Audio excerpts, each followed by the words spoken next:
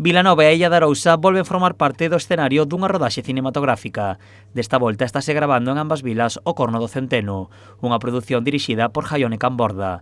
Centrada nos anos 70, está protagonizada por mulleres. O filme está protagonizado por mulleres, especialmente unha delas, María, que é unha mariscadora e parteira da illa dos anos 70. E, bueno, o filme se contextualiza moito pues, na idea da capacidade de alumbrar da muller, ¿no? de engendrar, de alumbrar, de dar vida a morte, e tamén un pouco esa parte como máis mamífera do ser humano, a idea de supervivencia, ¿no? As rodaxes céntranse no Salnés e no Baixo Miño. A comarca salnesá foi parte da inspiración da directora. A min, son unha asidua a este lugar e inspiroume moito especialmente o Carreirón. Foi un espacio que inspiroume imaxes e finalmente iso acabou adaptando a unha idea, ¿no? Mudando a unha idea. Isto foi medrando e finalmente, tiven que ir ao sitio orixinal, ¿no? A esa inspiración inicial.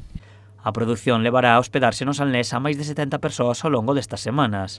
Ademais, na película tamén participarán como figuración veciños da comarca.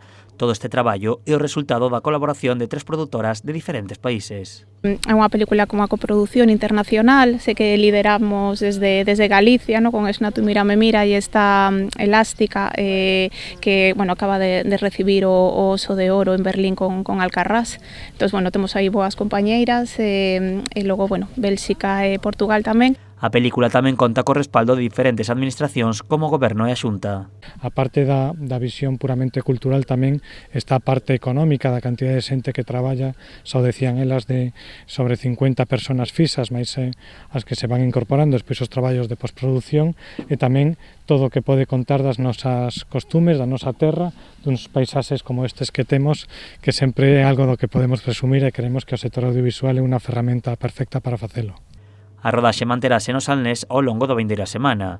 A continuación, o equipo desplazarase ao Baixo Miño para rematar a grabación. A película estrearase ao longo do 2023 pendente dos diferentes festivais.